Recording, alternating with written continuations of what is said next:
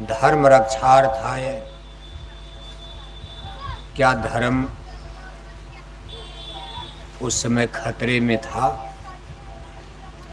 जैसे आज लोग कहते भाई अपना, अब आज तो दुनिया में तमाम धर्म है। हिंदू चिल्ला रहे हिंदू धर्म खतरे में है, तो मुसलमान भी चिल्ला रहे कि दीन ईमान इस्लाम खतरे में है। कहीं ईसाई चिल्ला रहे, कहीं सिख चिल्ला रहे। लेकिन जिस समय की ये कथा है, ये संसार का पहला इतिहास कि धर्म के नाम पर युद्ध होने जा रहा धरती पर। ये पूरे विश्व का धरती का पहला ऐसा बैटल युद्ध है जिसको धर्म युद्ध नाम दिया गया है। और इसमें एक तरफ राम है, एक तरफ रावण है। और कहा जा रहा है भाई धर्म संकट में है, उसकी रक्षा के लिए प्रभु को जन्म लेना पड़ा। क्या उसमें साधु संत महात्मा ऋषि मुनि नहीं थे? बहुत लोग थे। मुनि वशिष्ठ से पंडित ज्ञानी शोध की लगन। वशिष्ठ विश्वामित्र ऐसे ऋषि मुनि ज्ञानी विज्ञानी। कहीं भारद्वाज ऋषि का आश्रम, कहीं अत्रि ऋषि का आश्रम, कहीं वशिष्ठ मुनि का आश्रम, कहीं भृगु मुनि का आश्रम। बहुत बड़े बड़े आश्रम बने हैं। कथा प्रवचन सत्संग सब चल रहा है, लेकिन धर्म की नाव डूबने जा रही है। साधु संत महात्माओं का कथा प्रवचन सत्संग धर्म की नाव को नहीं बचा पा रहा, और उसकी रक्षा करने के लिए दौड़े दौड़े भगवान को धरती पर आना पड़ा। उन्होंने जन्म लिया, कहा व्यापक ब्रह्म निरंजन है, निर्गुण विगत विनोद है, स्वयज भक्ति प्रेम बस कौशल्या की गोद। सरजू नदी के पावन तट पर राजा दशरथ और कौशल्या की गोद में व्यापक ब्रह्म निरंजन ईश्वर ने, भगवान ने अवतार लिया। और ये कथा लाखों बरस पुरानी। इससे पीछे की कोई कथा London, America, Germany, Japan, Kuwait, Dubai, Saudi Arabia, पूरे विश्व में जितने नेशंस और राष्ट्र हैं, देश हैं, किसी के पास इतना पुराना इतिहास नहीं है जितना प्राचीन पुराना इतिहास भारत का। भारत का इतिहास सूचना दे रहा है कि आज से लाखों बरस पहले त्रेता युग था। त्रेता राम मनुष्य तनधरी हैं, जासु नारी निश्चर पति हरि हैं।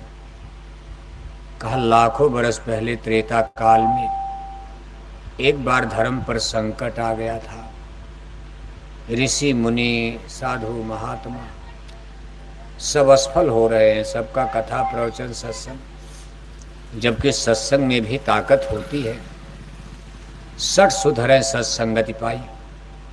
बड़े बड़े अधम, बड़े बड़े पापी गुनहगार सत्संग से उसी त्रेता में वाल्मीकि जी सुधर गए। सत्संग से सुधार लाखों करोड़ों का सत्संग से भी होता है,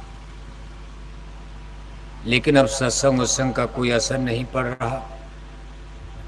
ऋषि मुनि के कथा प्रवचन का कोई असर नहीं, और मालूम पड़ा धर्म ही खत्म हो जाएगा। और तब भगवान धरती पर जन्म ले रहे हैं। और जिस समय रामा अवतार हुआ,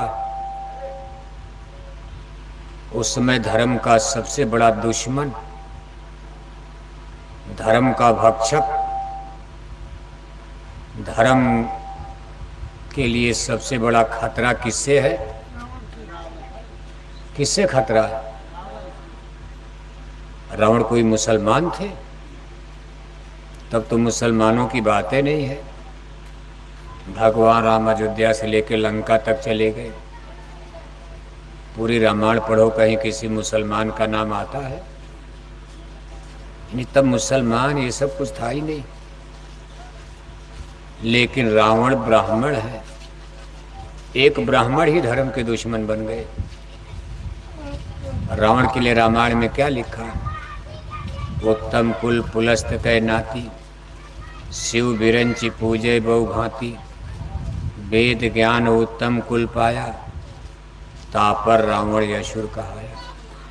4 वेदों के प्रकांड पंडित हैं, ब्राह्मण कुल में जन्म हुआ है, ब्रह्मा और शंकर के पुजारी भी हैं। कोई मामूली पुजारी नहीं, सर काट के चढ़ाते थे भगवान शिव को। इतने बड़े पुजारी, ज्ञानी विज्ञानी, आखिर वो धर्म के दुश्मन क्यों बन गए?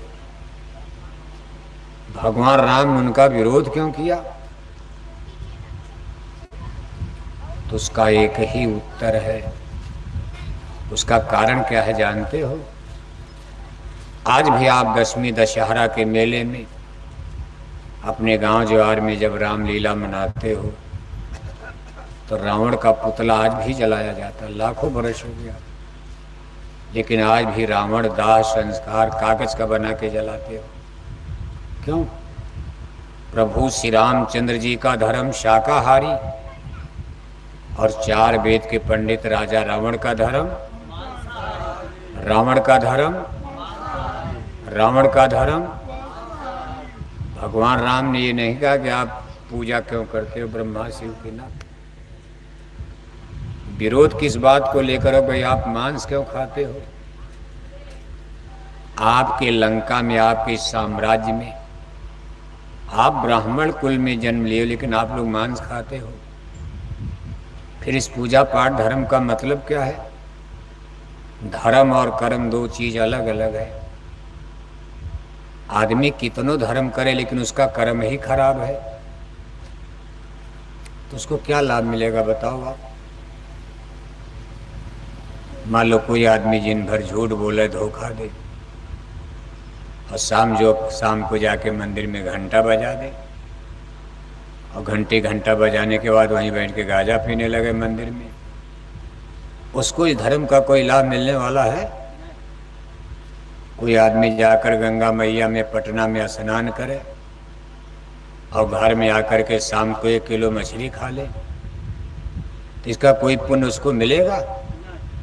जितना गंगा में नहाकर पुण्य प्राप्त किया उतना घर में मछली खा करके पाप तो कर दिया। हिंसा हत्या तो किया, पशु पक्षी मार करके, सड़ी गली मुर्दा मांस खाना भी तो पाप है, और भगवान के दरबार का सबसे बड़ा पाप है ये। इसीलिए कहा सत्य हिंसा परमो धर्म। यानी जब तक हमारा आपका कर्म पवित्र नहीं होगा तब तक धर्म पूजा पाठ करने का कोई लाभ फायदा मिलने वाला। अगर आपका कर्म शुद्ध हो जाए, आप अच्छे कर्म करने लगो, तो पूजा पाठ कम भी करोगे, कोई हर्जा नहीं।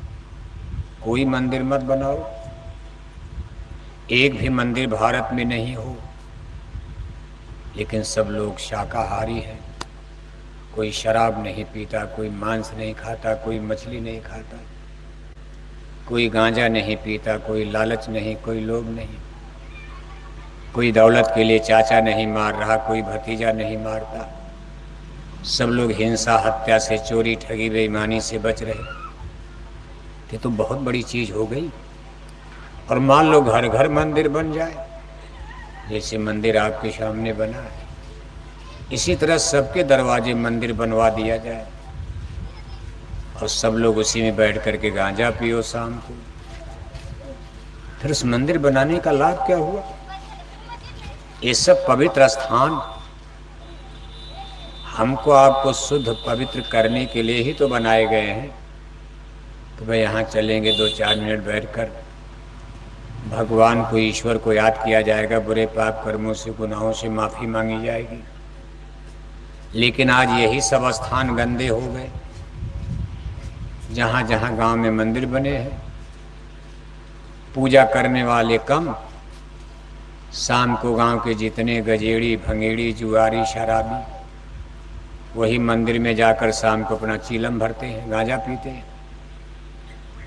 अकवास बकवास बात करते हैं, हरी चर्चा होती नहीं। तो इन पवित्र स्थानों की पवित्रता को आज गंदे मनुष्य ने अपने गंदे विचारों से ही गंदा कर दिया। मंदिर, देवालय, शिवालय ये तो स्कूल है भाई, अच्छी शिक्षा मिले। अब आप स्कूल है, स्कूल में क ख ग ABCD मास्टर पढ़ाएगा।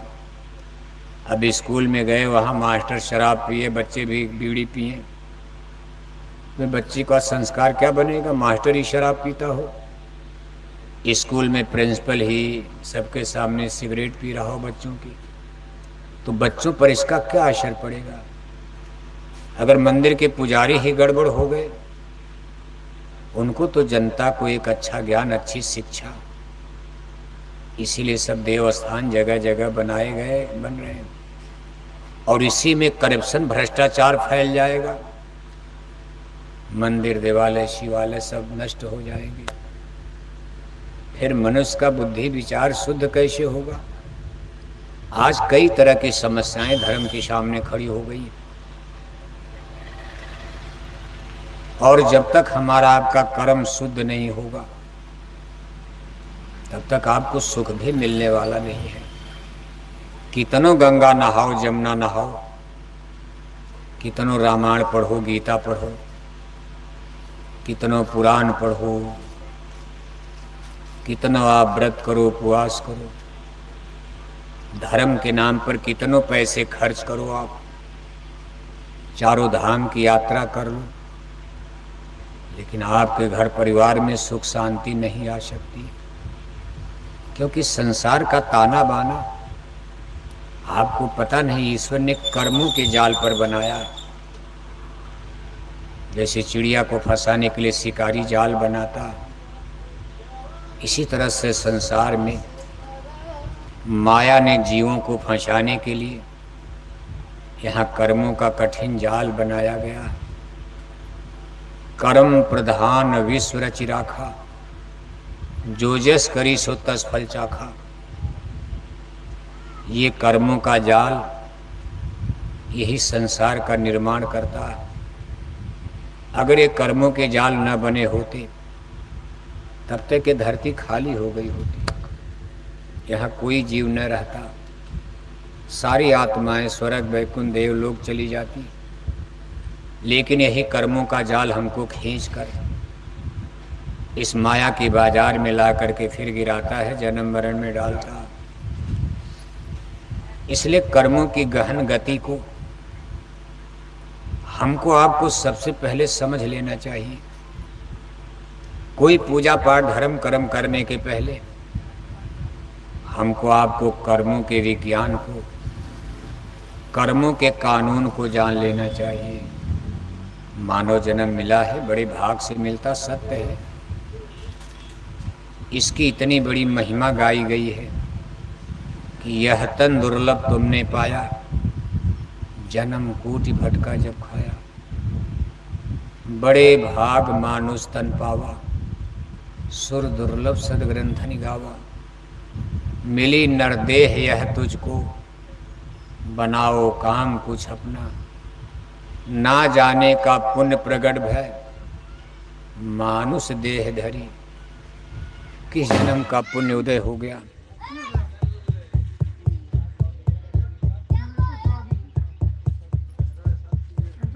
जनरेटर है? क्या हो गया, विस्फोट किया?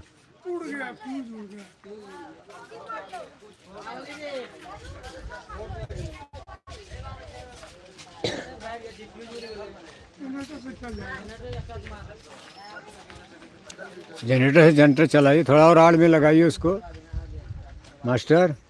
ओ मिस्टर, वो जनरेटर थोड़ा दूर कराइए, जाइए।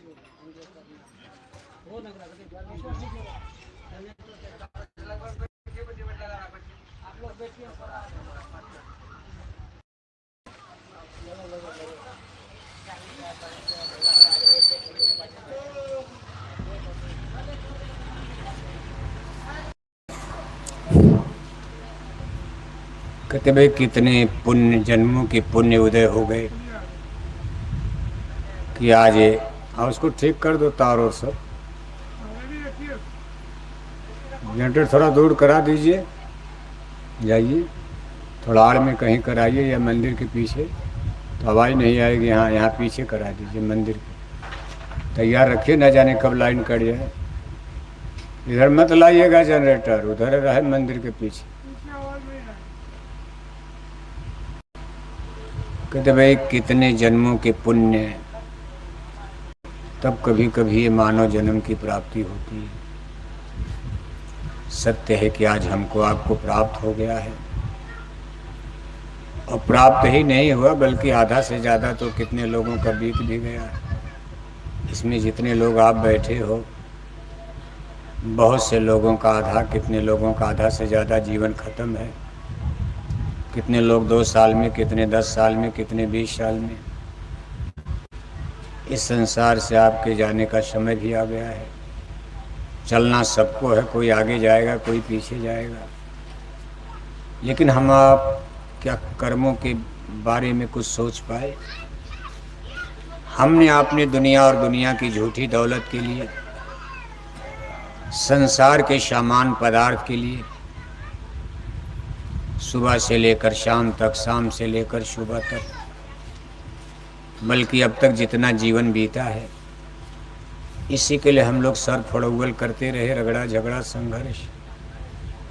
इसको ज़्यादा से ज़्यादा इकट्ठा करने में भाई भतीजा चाचा सबसे झगड़ा झंझट, कितना झूठ बोला, कितनी बेईमानी धोखाधड़ी, सब कुछ। हम आप ये भूल गए कि भाई यहाँ से आपको चलना है। सुई का नोक भी आपके साथ जाने वाला है नहीं। आप केवल कह रहे भाई ये गेहूं का खेत हमारा है, ये मक्का का खेत हमारा है, कहते हो ना। ये कोठी हवेली जमीन बगीचा हमारा है, ये बेटा बेटी नाती पोता हमारे हैं। आपके पहले भी लोग इसी तरह कहते थे। जब आपका जन्म यहाँ नहीं हुआ था, ये गांव खाली, यहाँ गांव में तब भी लोग रहते थे, वो भी यही कहते थे कि भाई ये गन्ने का खेत हमारा है, ये गेहूं का खेत हमारा है, मक्का का खेत हमारा है, ये आम का बाग हमारा है। हमारा हमारा करते करते वो लोग चले गए। अब आप उसी चीज को कह रहे कि हमारा है। 10-5 साल में आप भी निपट जाओगे, तब आपके नाती पोता कहेंगे कि हमारा है। 100-50 साल में वो भी निपट जाएंगे। इस तरह से हमारा हमारा करते करते मानव जाति की अनगिनत पीढ़ियों ने धरती पर जन्म लिया, और अनगिनत पीढ़ियां मौत को प्राप्त हो गई। लेकिन जमीन यहीं पड़ी है, मक्का का खेत यहीं पड़ा है, गेहूं का खेत यहीं पड़ा है, जमीन बगीचा सब यहीं पड़ा है। लोग आ रहे जा रहे, मुसाफिर आ रहे जा रहे, और इसी तरह लोग आते रहेंगे जाते रहेंगे। इसी क्रम में एक दिन आप भी चल दोगे, कुछ आपके हाथ जाएगा। ये हाड़ मांस की शरीर, ये भी आपकी नहीं है, इसको क्यों भूलते? और चीज़ों को तो छोड़ो, दूर की बात है। ये हाड़ मांस की शरीर जिस पर आपकी इतनी आसक्ति है, ममता, जिसको खिलाने में, जिलाने में, सजाने में, संवारने में आप दिन रात लगे हुए हो, एक दिन आग में जलकर मुट्ठी भर राख हो जाएगी। मिट्टी मिट्टी में मिलकर मिट्टी बन जाएगा। आप सहरसा के सबसे सुंदर आदमी हो, ये नहीं कि आपको घर में बक्सा में बंद करके रखा जाएगा, आपको भी आग में जला दिया जाएगा। हाड़ जरे जो लाकड़ी, केश जरे जो घास, सूरज की तरह से चमकता हुआ चेहरा, सोने की तरह चमकती ये काया शरीर, एक दिन आग में जलकर मुट्ठी भर राख हो जाएगी। सब जल गए, राजे रजवाड़े जल गए, शहंशाह बादशाह चले गए, आलिम फाजिल ज्ञानी भी ज्ञानी चले गए। एक राजा था, एक रानी, और मर गए राजा, मर गए रानी, हो गई खत्म। सबके किस्से कहानी हम लोग पढ़ रहे हैं। अब आम जनता का तो रजिस्टर किताब बनेगी नहीं, लेकिन राजे महाराजाओं का इतिहास पढ़ा जाता है। लेकिन इतिहास पढ़कर क्या, वो लोग तो गए, अब कहाँ गए वो लोग? जो लोग यहां से गए वो लोग कहाँ हैं? और आप जाओगे तो आप कहाँ रहोगे? यही तो आपके लिए, हमारे आपके लिए टेढ़ी समस्या है। इसी चीज को सुलझाने, जानने, समझने के लिए ये मानव जन्म प्रभु ने आपको दिया है, और इसका सलूशन, इसका निदान, इसका हल केवल मनुष्य शरीर में ही संभव है।